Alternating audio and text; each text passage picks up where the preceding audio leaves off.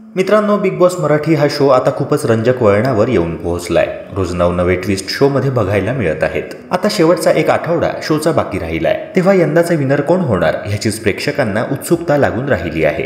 कालच्या एपिसोडमध्ये पॅडी दादांनी घराचा निरोप घेतला। अशातच आता बिग बॉसच्या घराबाहेर आल्यावर पंढरीनाथ कांबळे यांनी पहिली पोस्ट शेअर केली आहे। काय आहे ती पोस्ट जाणून घेऊया आजच्या ह्या व्हिडिओद्वारे। तत्पूर्वी जर तुम्ही आपल्या YouTube चॅनलवर नवे असाल तर व्हिडिओला लाईक करून चॅनलला नक्की सबस्क्राईब करा, जेणेकरून असेच लेटेस्ट अपडेट्स वेळेवर तुम्हाला मिळत राहतील।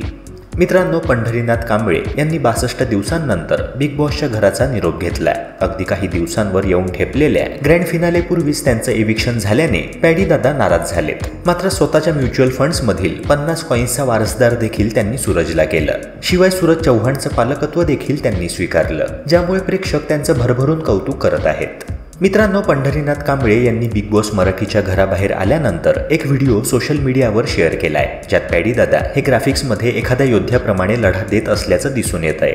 ज्याच्या कॅप्शनमध्ये त्यांनी लिहिलंय, आपण रसिक मायबाप प्रेक्षकांनी भरभरून दिलेल्या प्रेमासाठी आपले मनापासून आभार।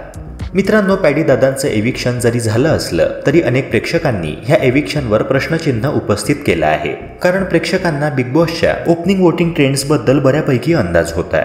शिवाय प्रेक्षकांना बिग बॉस मराठीच्या घरातील स्पर्धकांची रँकिंग सुद्धा चांगल्याने ठाऊक होती। तेव्हा शेवटच्या क्रमांकावर वर्षा उसगावकरांचं नाव असताना पॅडी दादांना बिग बॉसने कसे काय घराबाहेर काढले, हा प्रश्न अनेक नेटकऱ्यांनी सोशल मीडियाच्या माध्यमातून विचारला आहे। मित्रांनो, पॅडी दादांच्या एविक्शनवर तुमचं काय मत आहे कमेंट सेक्शनद्वारे नक्की कळवा।